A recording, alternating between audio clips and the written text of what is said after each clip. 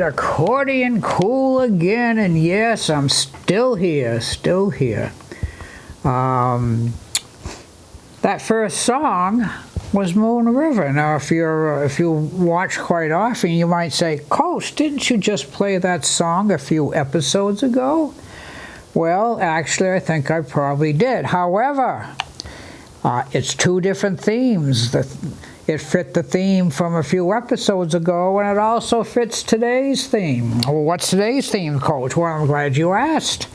Today's theme is songs that originally started life as a waltz, or in 3/4 times. But you know, Coach Dave doesn't generally play any waltz. I mean, waltzes are nice, but you know, they're too dainty, and you just can't, do nasty things on the keyboard with them. So most every song that I've ever played as a waltz, I now play in what we call 4/4 up-tempo time. So that's why Moon River, who 1961 from a movie called Breakfast at Tiffany's.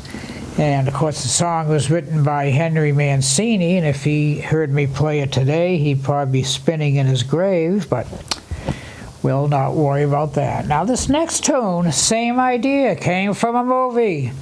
The movie is called Dr. Zhivago from 1963. And it actually has two titles. It's either the love theme from Dr. Zhivago, or it's also called Lara's theme. And again, this song in the movie, and if you've listened or heard the movie or watched the movie recently, you're going to say, Coach, that doesn't sound like the movie. No, it doesn't, because, again, we're doing it in 4/4 time. So, Somewhere My Love or Lara's theme. Let's see what it sounds like.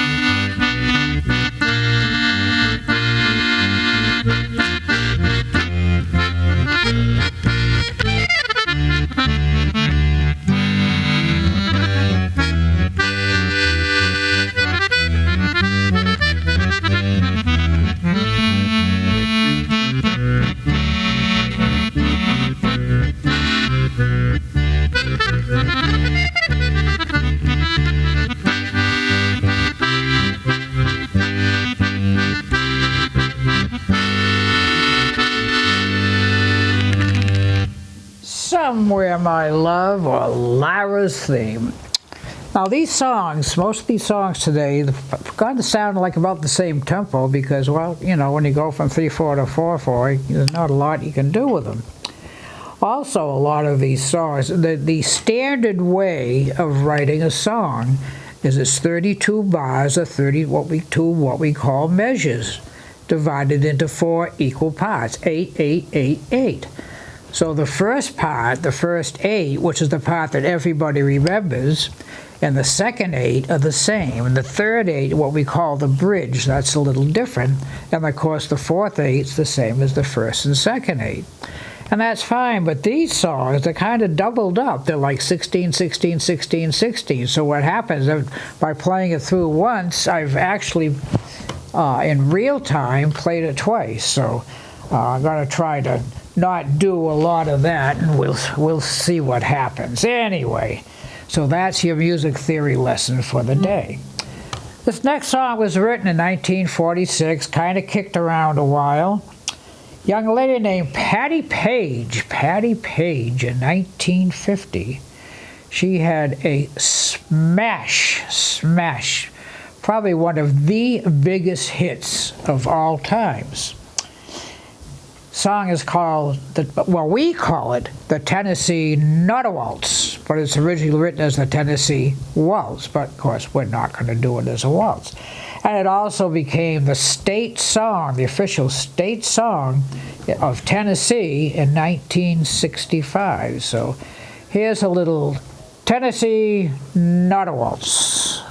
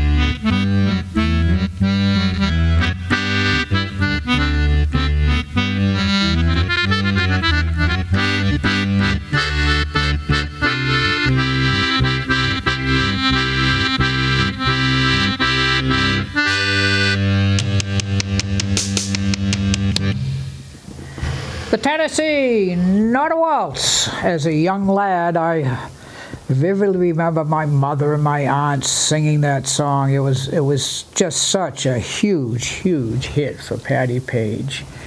And she's probably spinning in her grave after hearing my rendition of her super hit song. All right, we're going to move right along.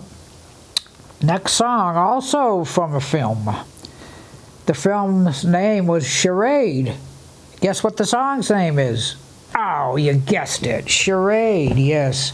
1963, another Henry Mancini song. And I believe, I could be wrong, like most movie songs, they're just done as instrumentals, and if they become, people like them, then, they hire a lyricist, the guy comes in and writes words and lyrics, and of course then it becomes a pop song. So this one is called Charade.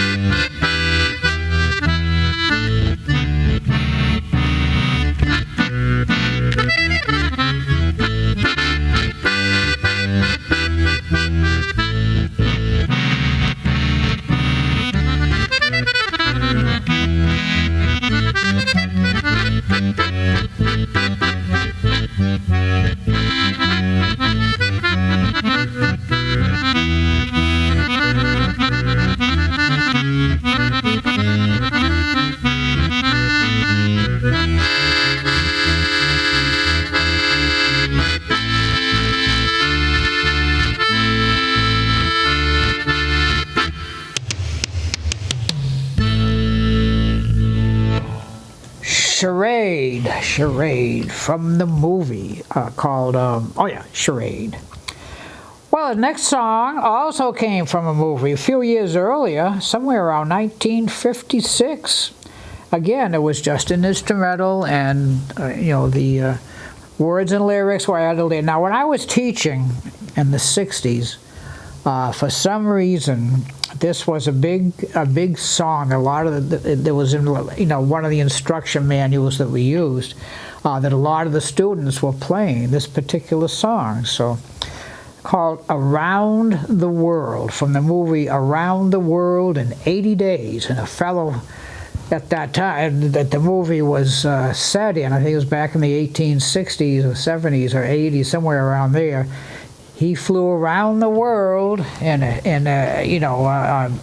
helium-powered, the big balloons they have. He went around the world on one of those. So here we go, "Around the World."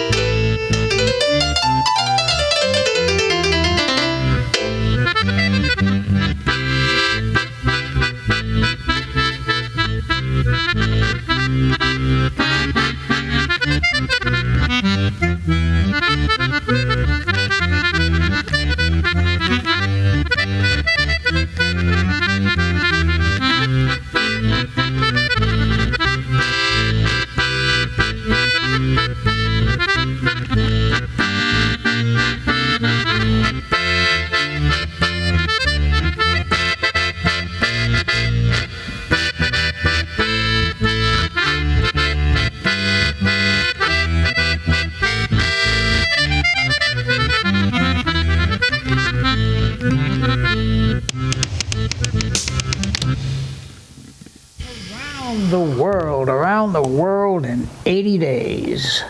Now you can do it, well, the astronauts do it in a couple of hours. My goodness, how times have changed. Well, we're getting down towards our last tune, the end of our time today. And now this song is probably one of my most favorite songs. I probably play it on every live gig that I do. Watch, I'll probably mess it up today. But 1953, the song was written, and the original title was In Other Words. Like the last couple of lines are, In Other Words, I Love You.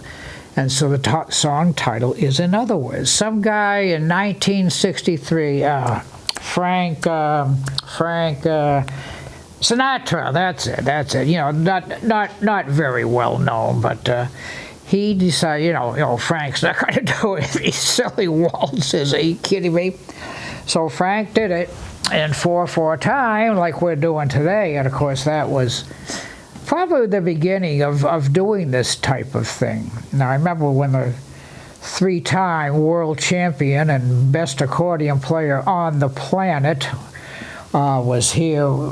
Probably the first time he was here, I think. We did this song, and I told that story.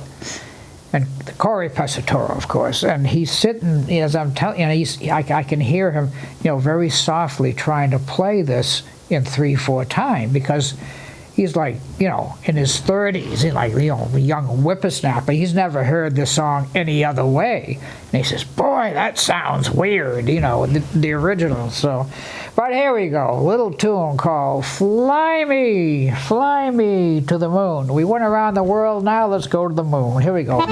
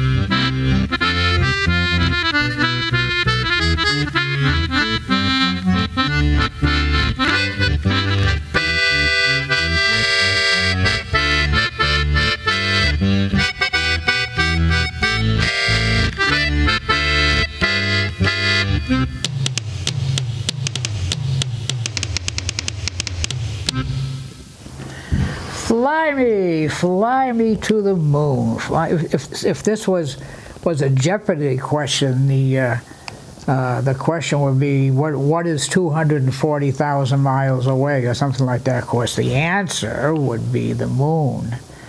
Can you imagine that? 240,000 miles away, and they stuck a man on there well over 40 years ago now, and now they're going back in a few years. Maybe he left his wallet there or something. I don't know. They got to go back and pick it up. But so, "Fly Me to the Moon," one of the all-time great jazz tunes, even though it became popular not until the 60s, 1960s. I think if you go on the interweb, I mean, there's a list as long as your arm of people that have recorded that song, and there's probably a lot of other recordings out there of people that aren't even listed, but great tune. So, well, that's kind of the end of our show today. I thank y'all for listening, watching, however it is that you get our show. We certainly appreciate that. And of course, behind the glass, as usual, Mr. Austin, and I drive him crazy trying to get sounds I want, and he just looks at me and smiles and is probably ready to hit me over the head with something, but he's there every week doing his best to make me sound good, and anytime I sound good, that's the man that's done it. And I want to tell you, that's a big chore to make me sound good. So, well, I guess we're going to take it home now. May as well, we can just fly out of here and go to the moon, right?